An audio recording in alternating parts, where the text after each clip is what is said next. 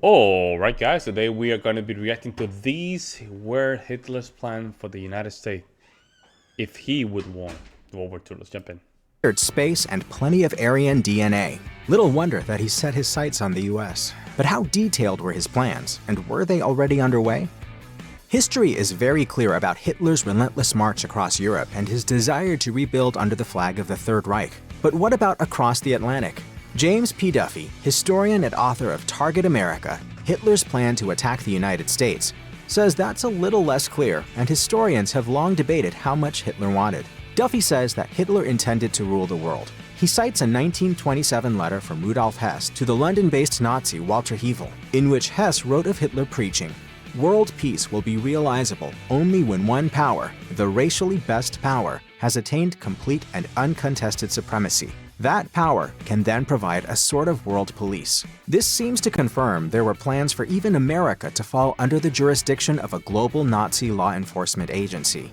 Hitler definitely had his eye on the US. Although the national interest calls the Nazi attempt to build a bomber that could cross the Atlantic an idiotic waste of resources, the idea behind building something literally called the America Bomber means that the US was on Hitler's list. And that, says Duffy, was just part of it. In 1941, the Nazi regime started planning for a post-war world. First and foremost, that meant a massive navy with hundreds of submarines, anchored by 25 battleships and 150 destroyers. In the spring of 1941, Life magazine sent correspondent and former Belgian ambassador John Cudahy to report on what was happening in Germany. Cudahy got a sit-down with Adolf Hitler himself, who started by pointing out that convoys, just like the ones that the US was sending to Britain, signified war. So Cudahy got right to the point and asked Hitler what his plans were regarding the US. He explained that most Americans backed the idea of going to war against Nazi Germany because they were afraid that once Europe fell, they'd be next. Speaking through a translator, Hitler called the idea preposterous. Cudahy wrote, "He laughed at that and refused to take me seriously. He said the idea of a Western Hemisphere invasion was about as fantastic as an invasion of the moon." According to Cudahy, Hitler went on to say that he had too high an opinion of the intelligence and good sense of Americans. The logistics didn't work. Millions of troops would need to be moved across the Atlantic for the Nazis to gain a foothold in the US. That meant there was absolutely nothing for America to worry about. At least Hitler said so, but rational thought and reasoning weren't his strongest qualities. In order to talk about what Hitler might have had in store for the US, it's worth mentioning just why he might want to see that part of the world burn, at least eventually. According to University of North Carolina Emeritus Professor of History Gerhard L. Weinberg, Hitler had been writing about taking out the US as far back as the 1920s. While he wanted global domination for Germany and all that, he also felt like it was sort of his moral obligation to right a perceived wrong, and that skewed his view in favor of war with the US. Damn, are you sure about that, bro?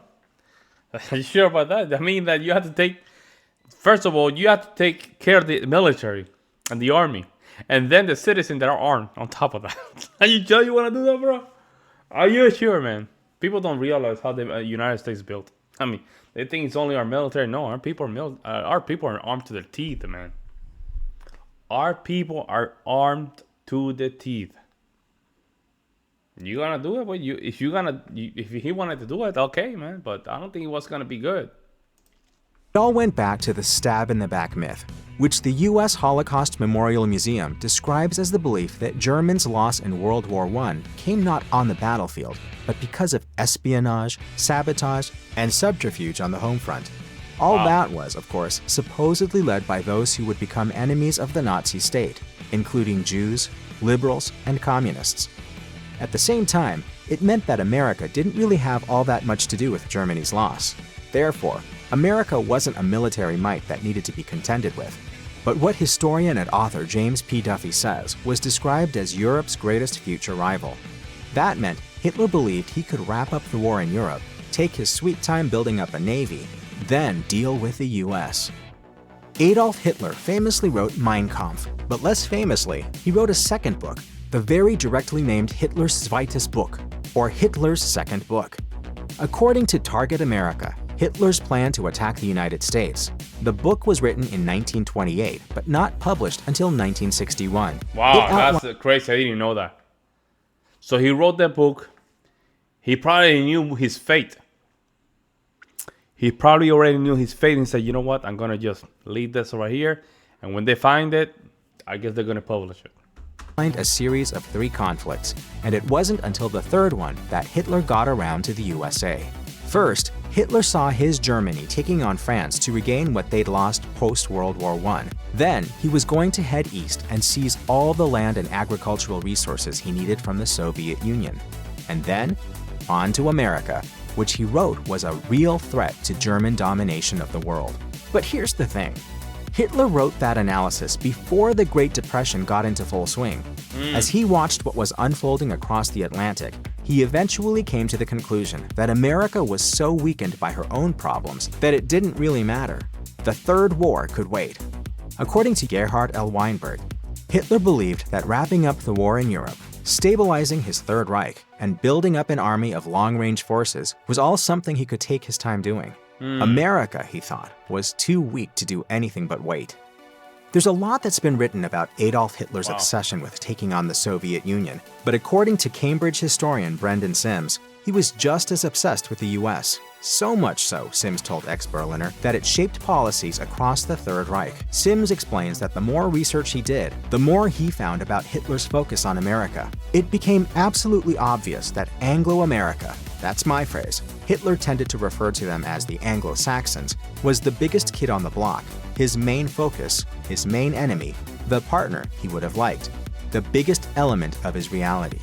That's a massive claim, and Sims says that there were a few layers to Hitler casting his greedy eye toward the US. Part of it started with the US having something that Germany didn't: size. Let's put that in perspective. The US is about 28 times the size of Germany, but that only tells part of the story. Germany could fit inside California and take up about only 85% of the state. It's also about the same size as Montana and New Mexico, give or take a bit. Even if Hitler had managed to take over all of Europe, building his master race would require a ton of space and a ton of resources, which America has in abundance. Adolf Hitler was front and center at World War I's Second Battle of the Marne, and according to Cambridge historian Brendan Sims, it was there that he had a run-in with 2 American soldiers who made a massive impression. They were tall, blonde, and blue-eyed. Sound familiar? Hitler's attempts to build his master Aryan race are well documented, and Sims says there's another often overlooked part of that. Hitler developed a theory that one of the richest— And he was crazy, bro. He was total crazy. I think what happened in World War I really messed him up big time. Really messed him up big time. He probably— there some screws were losing his head or something. He's I mean, I would say it like this: not everything that he did was bad, right? The fact that he put Germany in a better spot in a very short amount of time, I think that's fair to say. But the other stuff, he just was crazy, man. Places to find all that Aryan DNA he was so obsessed with was the USA. Conquering America meant all new seeds from which his Aryan race could grow. The theory went like this. Over the course of hundreds of years, the US population had been reinforced by immigrants from Europe. Remember, the United States is a nation of immigrants. People came here to avoid war in Europe. They weren't just any immigrants either. They were the brightest, the strongest, the most— Not the brightest and not the strongest. I disagree with him. A lot of poor Europeans came to the United States. Of course, it makes sense because they didn't have a chance in Europe. But a lot of people that came here to the United States, they have no money. They have no money. They have some skills, and somehow they manage things. The problem is that a lot of people don't understand. Back in the 1900s and the 19th century, right, the beginning of the 20th century, in the mid of the 19th century, we needed farmers. And farmers were not the most educated people.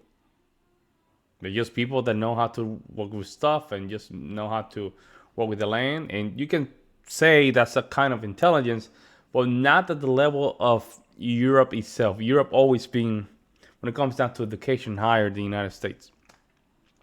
So we didn't have the brightest. And I'll be honest with you. We didn't have the brightest. Adventurous and the most resilient. They left behind a Europe that was overcrowded, disease-ridden, and famished. They headed west and settled in the US. There, they thrived with wide open spaces and resources of the type only America could offer. And United States laws helped reinforce his ideas about just how pure their blood was. Legislation limited or outlawed immigration from certain areas of Europe, like the Slavic countries, along with interracial marriages. In other words, he saw the US as an invaluable source of genetic material. Damn. Henry Ford is often lauded as the father of the American automobile industry. But here's the thing. While he was a genius when it came to industry and manufacturing, he was a terrible person. Ford was a raging anti-Semite. Ford blamed the Jewish people for everything from World War to short. My God, we here? Really? Are we here? Yo, are we here? Oh man, I did not expect that. I did not expect this, man. I did not expect that we were gonna go here, man. Golly. Oh, this is not good. I'm already here, so be it. I'm already here. Short skirts, cheap movies, and jazz music. And PBS says that he was often quoted saying that all the world's ills could be traced back to Jews or to the Jewish capitalists. Damn, bro. And if that's the sort of thing that that's not me, that's the video. Just to put it clear. seems like it would have Hitler singing, "You've Got a Friend in Me," it absolutely was. According to Bradley W. Hart, author of Hitler's American Friends, it was even more than that. Ford was spouting anti-Semitic rhetoric long before mainstream America knew about things like the concentration camps, and his views didn't go unnoticed by Hitler. According to research from The Nation, Ford profited heavily from manufacturing for the Third Reich, even for months after the U.S. officially declared war. A contemporary report from the U.S. Treasury Department shows they knew about it, summed up in this observation. There would seem to be at least a tacit acceptance by Ford's son, Mr. Edsel Ford of the Reliance, on the known neutrality of the Ford family as a basis of receipt of favors from the German Reich. In July 1938, Ford accepted Germany's Grand Cross, the highest honor the Third Reich could bestow on a foreigner. Hart goes on to say that Hitler saw Ford as a way into America, and he uncovered records describing how Hitler had tapped Heinrich Ford to become what Hitler described as the leader of the growing fascist movement in America. Damn.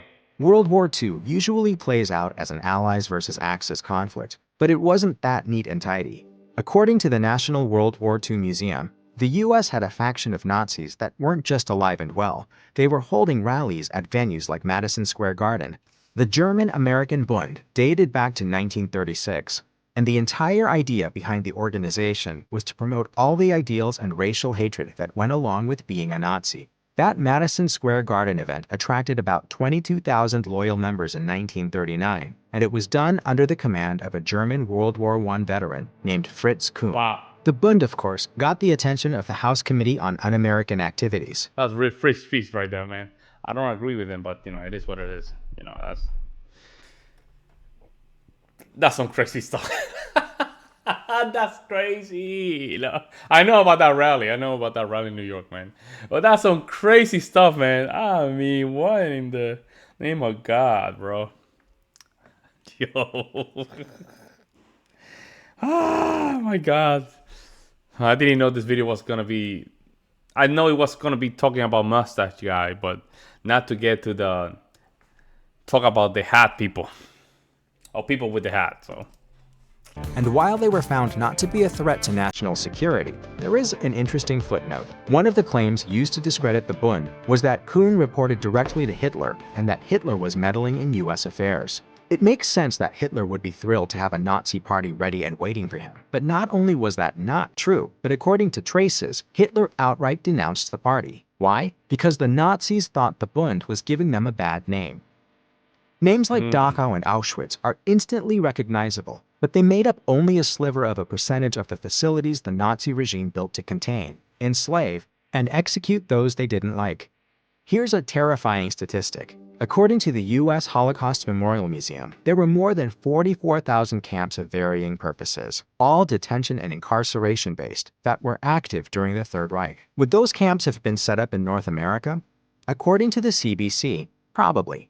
In 2019, the Library and Archives Canada purchased a book that had been taken from Hitler's personal library. It was called what translates to Statistics, Press, and Organizations of Jewry in the United States and Canada. The 137-page book is essentially a compilation of data on Jewish populations across North America. What this book shows us is that there was already the beginnings of a plan had the war gone differently, that the Holocaust would have happened here. And as the LAC curator Michael Kent explained, this information would have been the building blocks to rolling out the final solution in Canada. The book, written by Nazi linguist Heinz Kloss, details this is things crazy, from bro. ethnicity This is- and languages of cities. Yo, this is something that you might just find in BitChute or something, man. This is... Golly, man. What am I reacting to? Populations to listing Jewish organizations. And Kent further explained to The Guardian that the book is essentially proof that Hitler and the Nazi Party had plans to expand the Holocaust to North America. Kent said, "The Holocaust wasn't a European event. It was an event that didn't have the opportunity to spread out of Europe."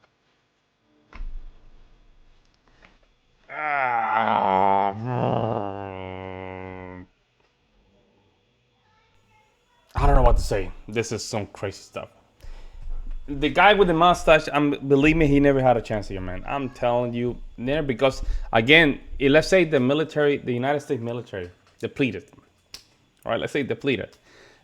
You have to go down against the citizens, and everybody here in their mama is armed to the teeth. We have more armory than the military itself. So I don't think the guy with the mustache had any idea what was gonna happen. I don't think so. He just playing games, but you know, faithful, right? You're gonna faithful, right? You're gonna f around. You're gonna find out that you can't just simply throw those ideas like that. Back then, right? You know, and we were crazier back then. We were crazier net rednecks. Back then, we were the rednecks, hillbillies. I mean, we were everywhere. We were crazy. We didn't have a lot of education. A lot of Americans didn't have a lot of education, guys. So these people are even descendant of the Civil War. Like, I mean, it was not the time, guys. Like I don't, whatever. Let me know what you guys think about this. I don't know, guys. This is a crazy video. That's all I have to say. I'll see you in the next one.